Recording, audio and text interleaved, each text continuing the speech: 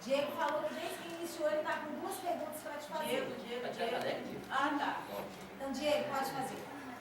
Eu queria saber, senhora, como que conseguiu chegar nesse título do livro?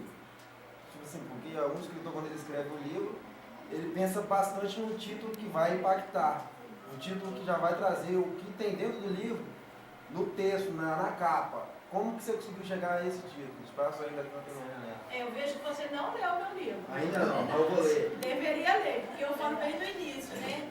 Bom, como eu disse, quem gosta de escrever, tanto música quanto quem gosta de escrever de uma forma geral, é interessante sempre ter em mãos uma caneta e um papel. Quem ministra a palavra de Deus, quem escreve poesias, quem escreve literatura, qualquer coisa. E eu sempre tenho uma caneta e um papel em mãos. E esse título, Pássaros Ainda Cantam em Minha Janela, veio num momento muito sofrido da minha vida, onde eu estava começando o meu tratamento da hepatite C, porque eu já fiz um tratamento da hepatite C, que foi com o interferon bequilato e a ribavirina. Eu já era cristã, já estava na fase indetectável do HIV/AIDS, né? E essa medicação, ela era muito agressiva. Eu tomava toda sexta-feira, era uma injeção no Hospital das Clínicas, aí morria literalmente. Sexta, sábado, domingo, segunda e terça. Na terça, quando eu começava a me recuperar da injeção da sexta, aí vinha terça, quarta e quinta, mais ou menos. Aí quando eu começava como é que eu posso dizer, a controlar o efeito colateral da injeção, aí vinha sexta-feira de novo, aí tinha que tomar outra dose. Então isso foi ininterruptamente durante algumas semanas, acho que 2 meses ou 3 meses. Lembrando que esse tratamento novo da hepatite C agora vão ser só 3 meses e é a cura literalmente, porque é uma medicação muito mais avançada, menos agressiva ao organismo. E foi nessa época que o meu quintal, a grama cresceu, deu teia de aranha em casa, porque eu passei sozinha essa época. Eu não quis incomodar a minha família e era uma coisa pessoal minha. Tipo assim, já que eu tinha me metido nessa enrascada por uso indevido das drogas, eu ia ter que sair dela sozinha também, sem atrapalhar as pessoas, a vida das pessoas, né? Sem ficar toda hora ligando para um ou para outro, dizendo, estou aqui morrendo, estou aqui sentindo muita dor de cabeça. Eu sabia que eu tinha que viver aquele momento sozinha, né? E um belo dia eu ouvi pássaros cantando na minha janela do lado de fora. E aí de madrugada, quando o dia está recém amanhecendo, que é a hora que os pássaros saem dos ninhos, né, e faz aquele alvoroço total, depois eles silenciam novamente. Né? É igual vocês agora no café, né? Faz aquele barulhão, né? Todo mundo comendo e tal, agora está todo mundo quietinho, os passarinhos é a mesma coisa. Quando o dia está amanhecendo, eles fazem aquele alvoroço, o pequenininho briga com o menor, a mãe fala, já estendeu a cama, está na hora da aula, isso literalmente, claro, que o passarinho não vai para a escola, né? Já arrumou a cama e não sei o que, tá? Aquele frisson dos passarinhos, né? Eles saindo do ninho e se alimentando. E aí eu escrevi no papel que estava do lado da minha cama, pássaros ainda cantam em minha janela, porque eu ouvi nitidamente os passarinhos cantando na minha janela, na janela do meu quarto. E aí aquele título, aquele papel ficou rolando para lá, assim, durante muito tempo. E quando eu fui editar o livro, eu entendi que aquele título seria bem sugestivo para o livro, de uma forma geral. Não seria apenas uma frase isolada dentro do livro. Seria o título do livro, porque a gente há de convir que o título ficou bem sugestivo, né? Pássaros ainda cantam em minha janela. Aí a pessoa, quase todo leitor, onde eu vou, no Brasil todo, e onde eu faço entrevistas, rodas de conversa, onde eu faço palestras de prevenção, quase todo mundo quer saber por que esse título. Porque, na verdade, o título dá a entender que apesar de tanta droga, tanta decepção, tanta frustração, tanto erro, né, Jesus teve misericórdia de mim e pássaros cantam em apesar de tudo. E ficou lindo o título, né? Que eu também amei. Kathleen, eu já li o livro, mas eu Muito queria entender, tentar saber em que momento você falou bem assim, eu quero escrever um livro da minha vida. Em que momento que você decidiu, eu quero transmitir o que eu vivi, a minha experiência, para as outras pessoas que possam estar passando pela mesma coisa, ou pessoas que não estão passando pelas mesmas coisas, mas estão fracas, estão desmotivadas para viver. Em que momento que você falou bem assim, não, eu quero ter essa experiência de transmitir para as outras pessoas aquilo que eu vivi, a minha experiência? Na verdade, assim, eu sempre soube, aqui, igual eu estava falando, aqui todos nós somos cristãos, nós estamos dentro de um ambiente, dentro de um templo, dentro de uma igreja, numa escola dominical. Então aqui as pessoas aqui são espirituais, né? Então a gente está entendendo o que está acontecendo aqui, né? A transformação de vida e tal. Então, antes de eu aceitar Jesus como Salvador, pela minha história de hippie, de drogas, de HIV/AIDS, eu sabia que eu tinha muita experiência para contar, mas o ápice, quando desvendou-se assim, de uma forma muito nítida na minha vida, a necessidade de escrever o livro para que as pessoas, os jovens, principalmente igual vocês que estão aqui nessa roda de conversa nesse domingo, numa escola dominical, tivessem acesso à minha experiência, foi quando eu optei pela vida espiritual, de abandonar o vício e seguir Jesus. Eu falei, não, agora fechou com chave de ouro a minha história, né? Porque vocês há de convir que foi um círculo que Deus permitiu que eu passasse, né? Então, eu concluí esse círculo aceitando Jesus, né? Tendo a minha transformação de vida através do poder do Espírito Santo. Eu falei, não, agora está na hora, eu preciso de colocar tudo isso em leitura, né? Para que as pessoas tenham acesso a isso, que a gente pode mudar de vida, sim. A gente pode mudar o foco errado das nossas vidas, sim, porque sozinho, às vezes a gente não consegue, né? Quase sempre não consegue, mas com Deus, o Espírito Santo, segurando as nossas vidas, e a gente segurando nas mãos desse Deus que nos ama incondicionalmente, é possível haver uma transformação de vida, sim.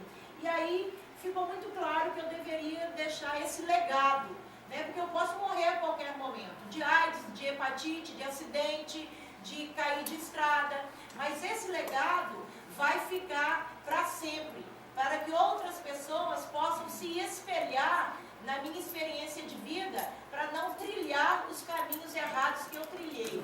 E se porventura estiverem trilhando, saber que há um Deus no céu, misericordioso, maravilhoso, que continua transformando vidas. Amém. Mais alguém? Tem alguma pergunta? Diego, sua outra pergunta.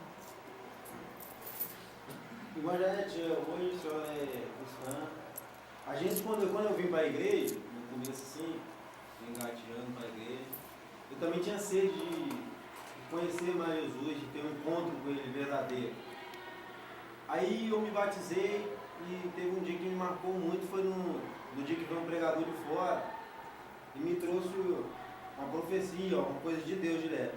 Eu queria saber como foi impactante para a senhora, assim, a primeira experiência que a senhora teve com Jesus, de encontro com Ele assim mesmo, de sentir o Espírito Santo. Como é que foi esse primeiro encontro? O que a senhora sentiu ali e o que a senhora traz de hoje, o primeiro encontro que a senhora teve com Jesus? O encontro mais impactante que eu tive com o Espírito Santo, com Jesus, foi quando eu fui batizada com o Espírito Santo, antes de descer as águas. Porque eu vi nitidamente o agir de Deus na minha vida. Foi quando eu dormi no quintal, igual eu mencionei há alguns minutos atrás, né?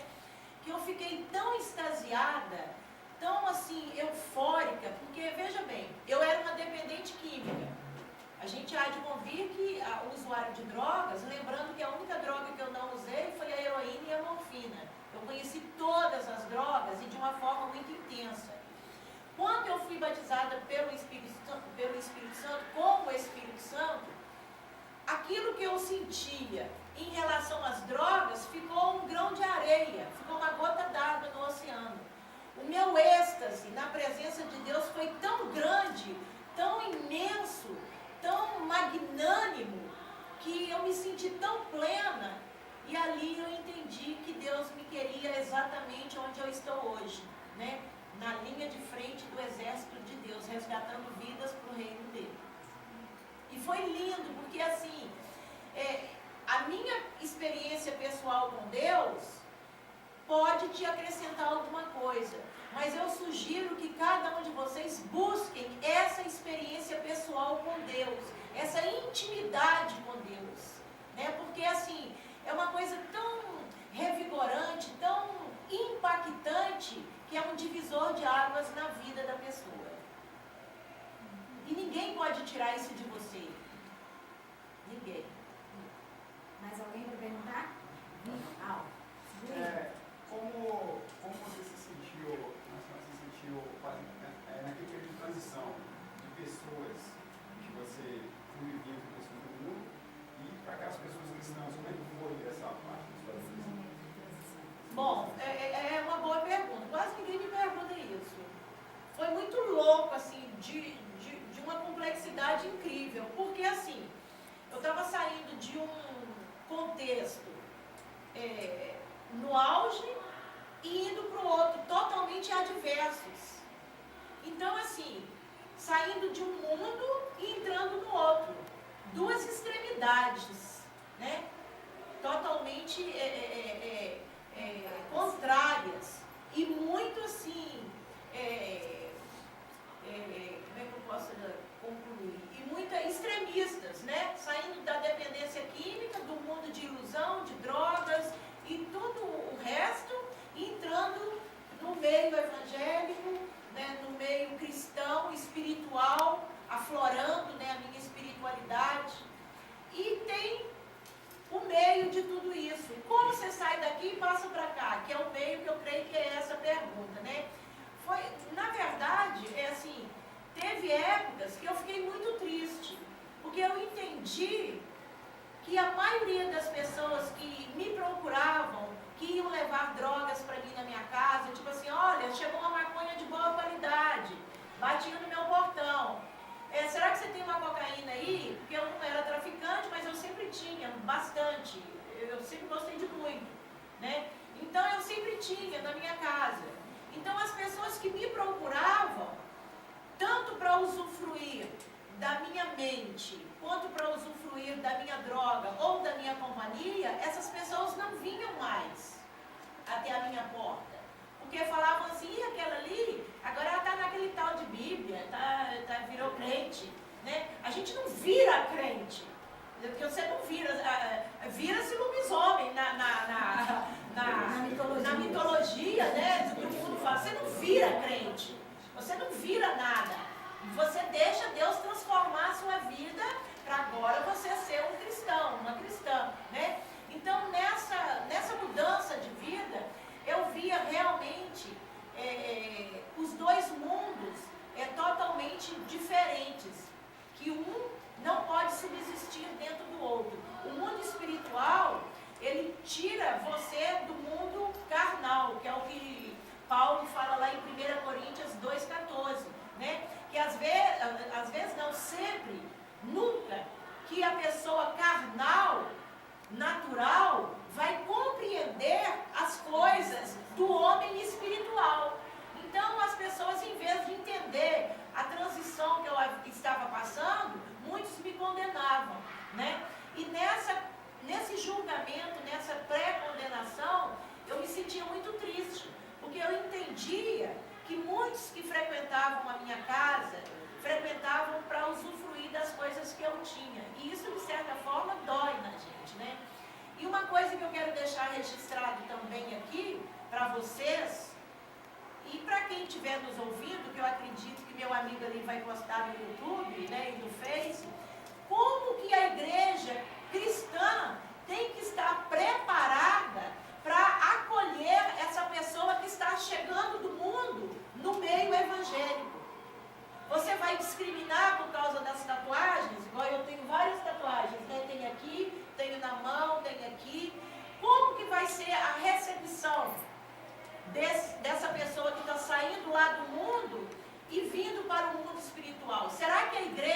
preparada para esse acolhimento? Eu sempre falo também, será que nós estamos preparados para receber um paciente de AIDS que está vindo do mundo para dentro da igreja? Será que nós temos informações suficientes para acolher com carinho, sem discriminação e sem preconceito? Porque receber a irmã Janete é muito fácil. Eu falo, eu tenho AIDS, mas estou super bem. Mas e como eu estava lá em 96? Com diarreia, com todos os efeitos, com todos os sintomas da AIDS, toda cheia de coceira, sarna, ficando careca, extremamente magra. Como seria o meu acolhimento dentro da igreja se eu viesse para Jesus naquela época? Será que as pessoas iriam me abraçar? Então hoje eu tenho um cuidado muito grande de estar falando sobre prevenção, para que as pessoas dentro das igrejas possam saber como que é a via de contaminação da AIDS, que é só através do sangue e do fluido sexual ou do leite materno. Você pode beber água no copo do paciente que está com AIDS, né, da pessoa que está com AIDS, que era no meu caso antigamente. Você pode abraçar, você pode usar o mesmo banheiro, você pode sentar na mesma cadeira. Então hoje eu tenho uma preocupação muito grande do acolhimento. Como que a igreja vai acolher aquele dependente químico que está lá fora, né, usando drogas, ainda bêbado, cheirando mal, mas tem fome de Deus e quer entrar na igreja? Você vai ficar cutucando o outro que está do seu lado, entrou aquele, não vou sentar aqui não. Como nós estamos preparados para esse acolhimento? Porque receber só um cristão cheiroso, limpinho, é muito fácil. Mas como nós vamos receber aquele que está vindo lá de fora, né, para cá? Nós temos que ter essa consciência também. E isso é muito importante, porque o acolhimento faz toda a diferença. Porque se você não se sentir acolhido, você não volta. Aí você vai começar a esbravejar sobre o evangelho, tá vendo? Eles falam que ama, mas não me acolheu. Eles falam que ama, mas não exerceu o amor. Aí a gente lembra de Jesus, né? Que Jesus nunca abandonou o pecador, né? Ele luta para que nós abandonemos o pecado, mas o pecador, ele está sempre acolhendo. E nós, como igreja, nós estamos preparados para receber os diferentes que estão lá fora querendo vir cá para dentro, né?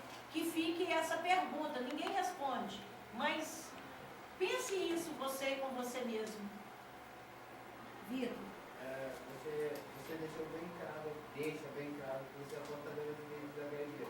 Aí eu queria saber quem é a irmã Janete, portadora do vírus do HIV, sem Jesus e agora com Jesus.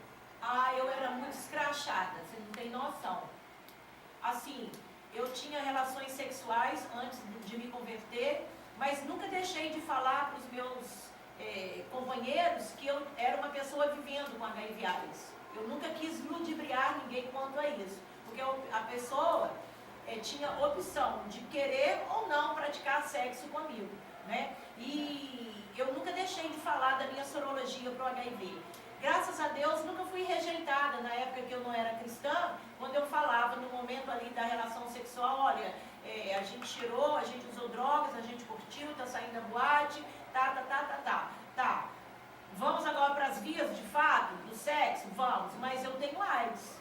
Nunca fui rejeitada por isso.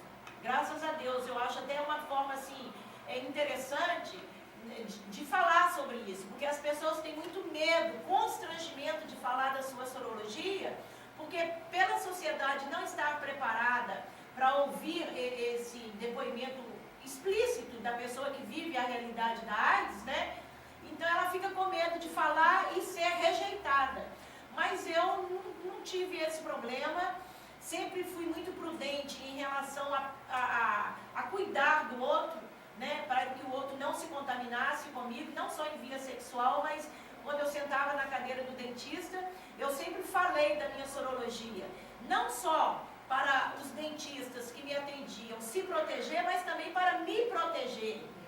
Porque partindo do princípio de que eu sou uma pessoa que tem que eu tenho uma doença crônica e sou frágil em relação a outras doenças oportunistas, ela tem que ter mais zelo de me proteger, né? Para que eu não pegue uma outra doença, né? E, de certa forma, ela me protegendo, ela se protege também. Então, assim, em relação à minha sorologia, eu nunca tive, assim, preconceito de mim mesma. Eu me tornei uma ativista junto com o diagnóstico do HIV/AIDS. Hoje eu represento as mulheres com AIDS do Espírito Santo, o Movimento Nacional das Cidadãs Positivas, que é o MNCP, e tem a RNP, que é a Rede Nacional de Pessoas com HIV/AIDS. Também represento aqui no Espírito Santo, e a gente luta para que as pessoas vivendo com AIDS, que hoje não se fala mais aidético, igual falava na década de 80, né? Antigamente falava o aidético, hoje não se fala mais. Hoje o termo correto é PVHA, pessoa vivendo com HIV/AIDS. E eu entendia que se eu me escondesse com medo de falar da minha sorologia, como que o outro ia saber se prevenir? É claro que cada pessoa, isso a gente fala dentro dos movimentos, né, que eu participo pelo Brasil todo, fazendo ativismo, agora vim do Rio, agora em maio, fiz 2 eventos lá sobre seminário de direitos humanos, fizemos outro evento sobre a integralidade do SUS nas nossas vidas, né? Fiz até um vídeo na Praça da Candelária, né? Uma vigília pelos pacientes de AIDS que já morreram, mas nem todo mundo que vive a realidade da AIDS, ele vai ter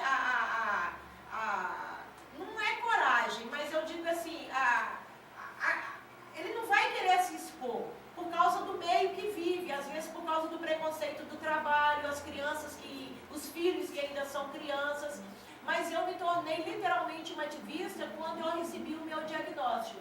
E sempre lidei de uma forma muito aberta com AIDS. Eu sempre disse que eu vivo com AIDS, assim como eu falo, ai, estou com sede, vou tomar um copo d'água. Eu nunca vi preconceito assim. Se alguém teve preconceito de mim, nunca chegou até mim esse fato, né? Mas eu procuro deixar bem claro a minha posição dentro do universo da AIDS, para que as pessoas entendam que o preconceito é a falta de informação. Uma vez nós tivemos um evento e nós falamos assim, o tema era assim, se o preconceito te aprisiona, a informação te liberta. Porque o que nos leva a ter preconceito do HIV é a falta de informação. Então, a partir do momento que você tem a informação, você não vai ter o preconceito. Então, é uma mão de via, de uma via dupla, né? Ou seja, você não vai ter o preconceito a partir do momento que você souber como se prevenir, né? E como você se prevenir se você não falar? Como é que as pessoas vão saber? É interessante essa fala dela, porque a partir do momento que ela não pode ter preconceito dela. Sim. Porque a partir do momento que ela tem preconceito dela mesma, ela vai passar para as pessoas que têm preconceito. Porque as pessoas que a rodeiam, ela nunca tiveram preconceito por causa disso. Ela sempre foi muito autêntica. Ela não tinha vergonha. Lógico que é algo que tem que comemorar, mas ela não tinha vergonha, que é algo que não tinha como ela se esconder, fugir disso. E por mais que ela tentasse fugir, uma hora, quando ela olhasse no espelho, ou quando ela deitasse no seu travesseiro, ela ia lembrar que ela tinha esse vírus. E é interessante a pergunta de Vitor, que mesmo depois de ela ter descoberto que ela tinha um vírus, ela ainda teve relacionamento. Bastante. Até que o parceiro dela também, se não fosse ela que metesse o pé na bunda dele, aí ele estava até com ele ainda até hoje. Quando o parceiro dela descobriu, aí que ele queria mais ficar com ela para poder cuidar dela, ainda ter todo um cuidado durante muito tempo, né? Mas eu tenho só a última pergunta. A última pergunta para encerrar. Porque já estamos encerrando. Nosso tempo já esgotou. Mas Mais uma pergunta. Eu vou fazer uma pergunta para você dentro da pergunta que a Aldo te fez. Sim. Se eu não souber responder, eu vou pedir ajuda dos universitários. Mas eu acredito que deve estar na mente de muitas pessoas, mas a formulação vai sair agora. Então, quando você aceitou Jesus, como que os seus amigos do mundo te aceitaram? Eu creio que alguém tocou nesse assunto, mas... Foi dentro da pergunta dele. Ah, sim. Bom, como que meus amigos Porque, tipo assim, ai, que crente chata, ai, que não sei o quê, ai, né? É aquela pessoa que não quer ter mudança de vida. Mas muitos começaram a me respeitar de uma forma mais diferente. Aí eu lembro do meu local de trabalho, que eu fui sócia fundadora da Feira Hippie de Guarapari. Né? Eu cheguei em Guarapari nos anos 80, minha filha mais nova, mais velha, nasceu em Guarapari. E naquela época eu fui a primeira hippie que cheguei em Guarapari. Então o hippie trabalha com artesanato e depois foi chegando outros hippies e nós fundamos uma feira hippie.